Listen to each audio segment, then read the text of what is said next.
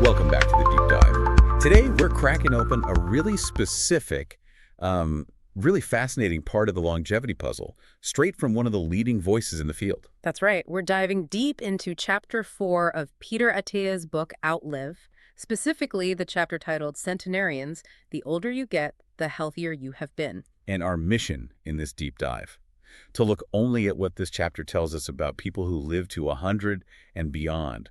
What can we actually learn from these extreme outliers, based on the source material you've brought? Exactly. It's a focused look at extreme longevity. And, well, it starts in a place that's maybe a little surprising based on what we usually think of as healthy living. Oh, it absolutely does. The chapter kicks off with these really vivid stories, individual portraits of centenarians that are almost disorienting. Yeah. You read about Richard Overton, who made it to 112, and his daily routine included whiskey and cigars, although apparently he was very particular about never inhaling the cigars. Mm-hmm. Right. And you can't forget Henry Allingham, the British WWI vet, lived to 113, crediting cigarettes, whiskey, and wild, wild women. Not exactly the standard health advice. Seriously. Then there's Jen Comment, the oldest verified person ever, 122.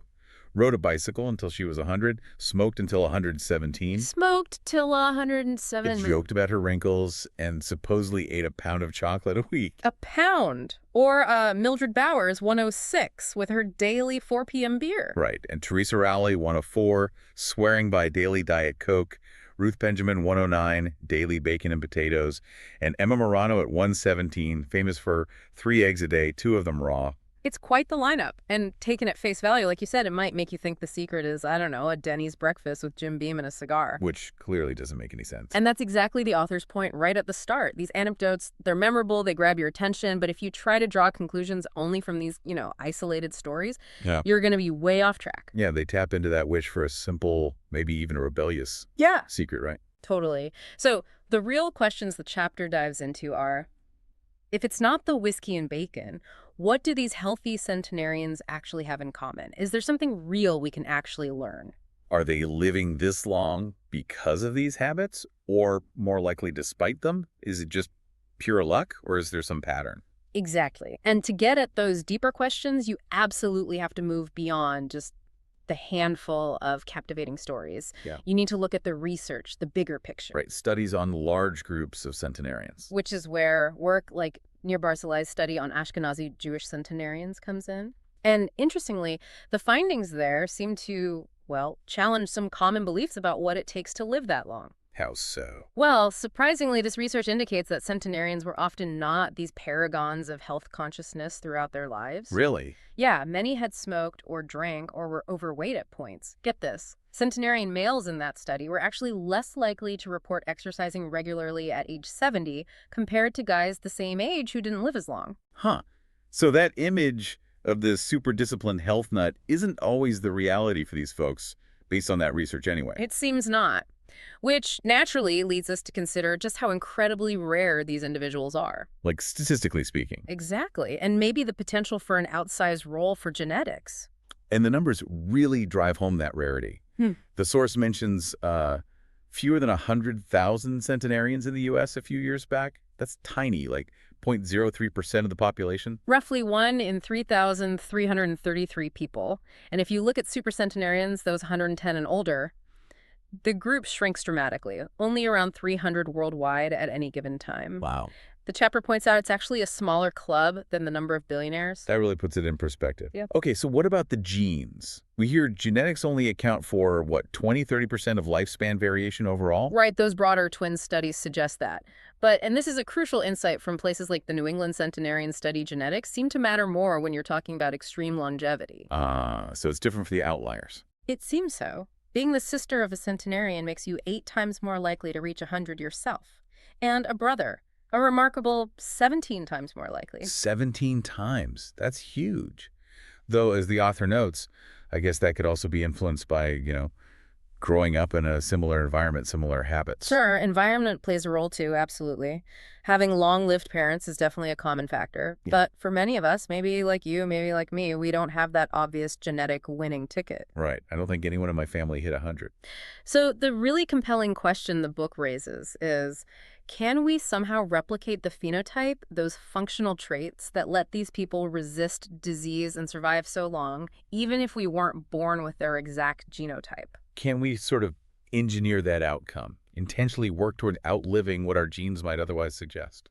That's the hope. And this is where the data from those large centenarian studies gets genuinely exciting because it suggests it's not just about living longer with disease. There's a much more optimistic pattern. While, yeah, many centenarians are fragile right at the very end, the data shows they tend to develop the major age-related killers, what Attia calls the horsemen: cancer, cardiovascular disease, neurodegenerative disease, metabolic dysfunction much, much later. How much later are we talking? We're talking decades later than the general population. It's a massive delay in onset. Decades. Wow. Are there specific numbers? Yeah, the source gives specific data points from Thomas Perls's work. For cancer, the age where 1 in 5 people have been diagnosed, it's about 72 for the general population.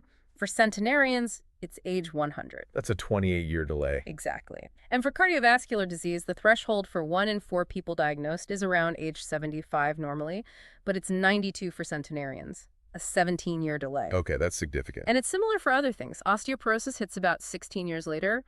Similar delays for stroke, dementia, hypertension. So their incredible lifespan isn't just about toughing it out with multiple chronic conditions for ages. On average, they're significantly healthier, functionally, through most of their lives. Right. They often defy that stereotype of extreme old age being just decline and misery. They can score well on cognitive tests, manage daily living cooking, even clipping their toenails, the book mentions. Which sounds trivial, but it's actually a pretty good indicator of functional independence. It really is. And then there's that intriguing observation about male versus female centenarians. Oh yeah, women vastly outnumber men, right? Like 4 to 1. About 80%, yes. But here's the twist. The men who do make it to 100 tend to score higher on cognitive and functional tests. Huh. That seems counterintuitive. Why would the rarer male centenarians be, like, functionally better off? Well, Pearl's hypothesis, which the author discusses, is pretty compelling. Men, on average, are more susceptible to things like heart attacks and strokes earlier in life. Okay. So this acts almost like a harsh natural selection. It effectively weeds out the less biologically robust men before they reach extreme old age. Ah, I see. So the men who do make it are a super select group. Exactly. Only the most resilient survive that earlier gauntlet. Women live longer on average, yes, but perhaps more often surviving with more accumulated disease or disability. And the author links this potentially to muscle mass, too. Yeah, he speculates that might play a role since men generally have more muscle, and muscle is a strong predictor of both lifespan and function. Okay, that paints a clearer picture.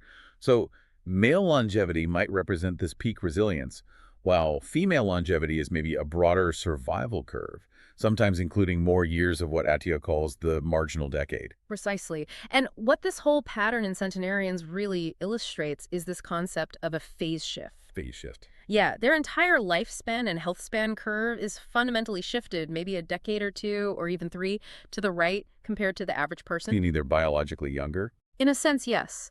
For most of their lives, they are biologically years, sometimes decades, younger than their chronological age would suggest. The example given is like a 60-year-old on track to be a centenarian might have the arteries of a 35-year-old. Or at 85, they might function like a typical 60-year-old. Wow. That phase shift.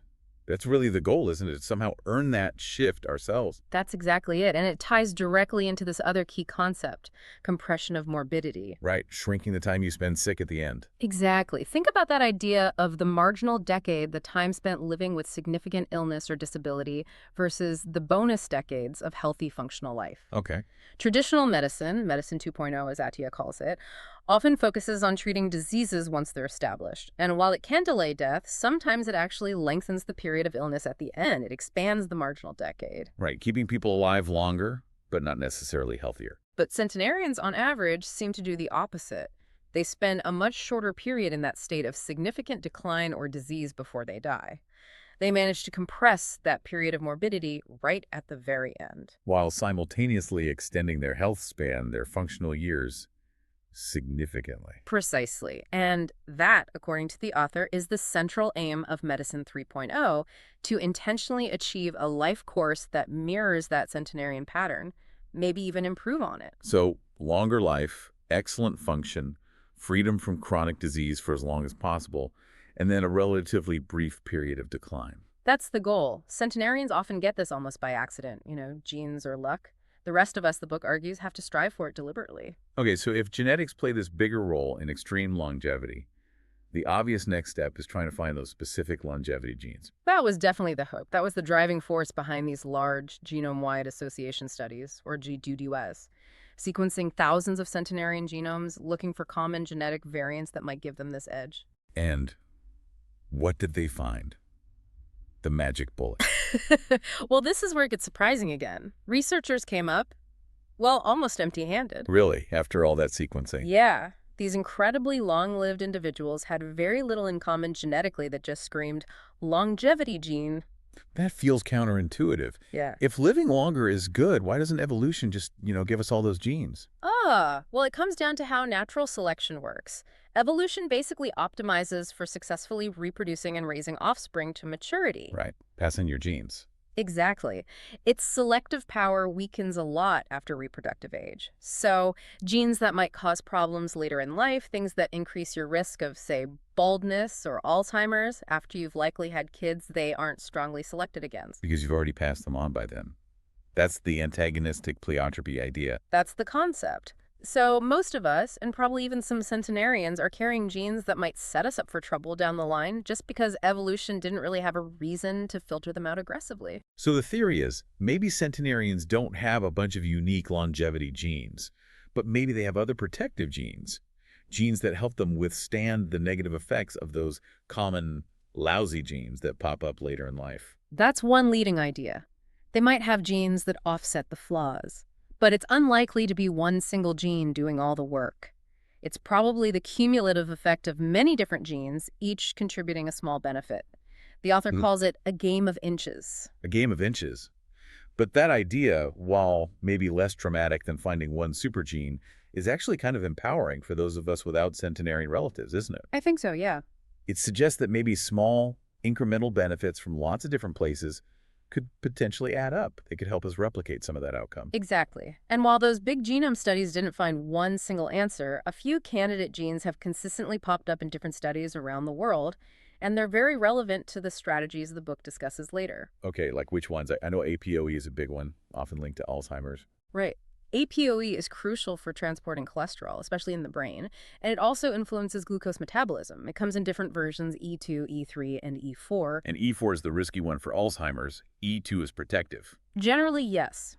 The E4 variant significantly increases Alzheimer's risk, but the E2 variant seems protective against dementia, and it's strongly linked to living a very long time. How strong is the link? There's a large meta-analysis cited in the chapter. It found people with at least one copy of APOE E2 and no E4 were about 30% more likely to reach extreme old age. 30% more likely. Wow. Conversely, those unlucky enough to have two copies of the E4 allele, about 81% less likely to live that long. That's a huge swing based on just one gene variant. Absolutely massive. And it immediately points towards areas we need to focus on, right? Cognitive health, managing cholesterol, lipoproteins, blood sugar. Precisely. The source also briefly mentions two other cholesterol-related genes, CETP and ApoC3, that correlate with extreme longevity. That might help explain why so many centenarians seem to dodge heart disease for so long. Okay. What else beyond cholesterol genes? Another really fascinating candidate gene that keeps showing up globally is FOXO3. FOXO3. What does that one do? Think of it as a kind of master regulator or a cellular maintenance manager. It's a transcription factor, meaning it controls the activity of other genes involved in critical stuff like DNA repair, metabolism, activating stem cells, clearing out cellular waste, even preventing cancer. So it keeps things running smoothly inside the cell. When it's active, yes. It helps keep cells healthy and resilient. And here's the really crucial part, the part that gives us some agency. Okay. FOXO3 activation isn't just fixed by your genetics. It can be influenced by our behavior. Things like nutrient deprivation fasting or calorie restriction and certain types of exercise are known to activate FOXO3 pathways. So we can potentially turn it up ourselves. That's the idea. And this fits with other findings, like a study on Spanish centenarians mentioned in the chapter. They found these individuals had gene expression patterns, which genes were active that looked more like people in their 20s, not typical older adults. So their genes were behaving younger. It seemed that way. While the exact mechanism isn't fully pinned down, FOXO3 could be a player. Plus, other studies show older adults who start exercising can actually shift their muscle gene expression towards a more youthful pattern. That's powerful evidence. It shows our environment, our actions can impact how our genes behave. Exactly. So even if you didn't win the genetic lottery with, say, APOE2 or a naturally superactive FOXO3, the science suggests we might be able to nudge our own gene expression in a beneficial direction.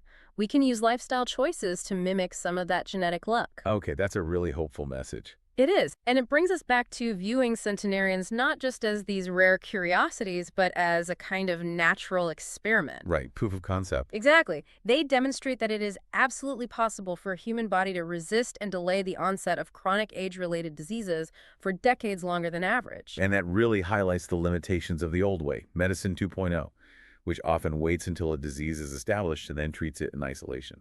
Precisely. As the author points out, echoing S. J. Olshansky, Medicine 2.0 treats heart disease, cancer, stroke, dementia, metabolic problems, almost as separate silos. When really there's a common thread. The common thread, the underlying risk factor for almost all the things that go wrong as we age, including disease and frailty, is the biological process of aging itself. We need to look at the commonalities and intervene much, much earlier. So the path forward involves two parallel approaches. That's the argument. Yes, very early prevention targeted at the specific horsemen diseases, cancer prevention, cardiovascular disease prevention, etc., which future chapters dive into. And we'll definitely explore those in future deep dives. But also very early general prevention, targeting the common drivers and risk factors that underlie all of them simultaneously. And the good news is there's a lot of overlap there, right? Yeah. Huge overlap. Reducing your cardiovascular risk by managing cholesterol and blood pressure also helps reduce your Alzheimer's risk. Improving your metabolic health to prevent type 2 diabetes. That dramatically lowers risk, not just for diabetes complications, but for CVD, for cancer, and for Alzheimer's. And exercise seems to hit everything. Exercise impacts the risk for pretty much all chronic diseases. Plus, it builds that physical and cognitive resilience you need to weather challenges. It sounds like this level of really early integrated prevention might seem, well, almost excessive compared to standard medical advice today. It might seem that way by Medicine 2.0 standards, the wait and see then treat model. But if the goal is to emulate the centenarian outcome, that phase shift, that compression of morbidity, the source makes a strong case that this intentional, maybe even aggressive early strategy is what's necessary. So wrapping it all up, what is the centenarian secret then, according to the author, if it's not the whiskey or the raw eggs? Distilled down, it's their inherent resilience, their exceptional ability to resist or avoid chronic disease and maintain robust metabolic health, cognitive function, and physical capacity long after their peers start to decline. So it's not necessarily that they avoid all the genetic landmines? Many likely carry some of those less than ideal genes we all have. It's more that they possess this capacity, whether it's purely genetic or maybe influenced by early environment we don't fully know, to withstand the biological insults of aging and disease much better and for much longer. Okay. Think of the author's analogy of a fighter preparing for a tough match. It's not about just showing up hoping for the best. Right, it's the training. It's years of intelligent, thorough, proactive training, building the capacity to take the hits, withstand the punishment, and outlast the opponent. Centenarians seem to have achieved this resilience, maybe somewhat accidentally through their lucky draw. For the rest of us, We have to build it deliberately. that's the challenge. That's the goal. So the ultimate takeaway from this deep dive into what this chapter says about centenarians is, I think it's that living a significantly longer and crucially healthier life, free from debilitating chronic disease for decades longer than average, is demonstrably possible. Centenarians are the living proof. they show that delaying disease onset so dramatically isn't science fiction. Exactly. And while genetics clearly give them a massive head start, their example really highlights that our behaviors can influence the fundamental processes, maybe even the gene expression patterns, linked to longevity and that resilience. So the path forward isn't just treating sickness, it's actively building health early and consistently. Right. Shifting from treating established diseases in silos to pursuing early integrated prevention, targeting the common drivers of aging and chronic illness. Building that intentional resilience layer by layer. It feels like they've shown us the finish line, that compressed morbidity, that phase shift, and proved it's reachable. Maybe they got a shortcut with genes or luck. But the rest of us now have a target to aim for, something we have to earn through deliberate effort. And it really sets the stage for what comes next in the book, doesn't it? The chapter even teases that idea of a drug that might mechanistically slow aging itself. It does, which perfectly primes us to explore specific interventions and then dive much deeper into how we can apply these principles to intentionally prevent those horseman diseases, how we build our own resilience. Yeah, this deep dive gave us what's the centenarian outcome, the resilience concept. Now we get to explore the how. Exactly. It's an exciting path ahead. Definitely. So maybe as you, the listener, wrap up with us today, just sit with that idea of intentional resilience for a moment. What does that look like for you? How do you start building that capacity to withstand and outlast? Something to ponder, for sure, as we get ready to explore the practical strategies for earning those bonus decades in our future conversations. We'll catch you on the next one.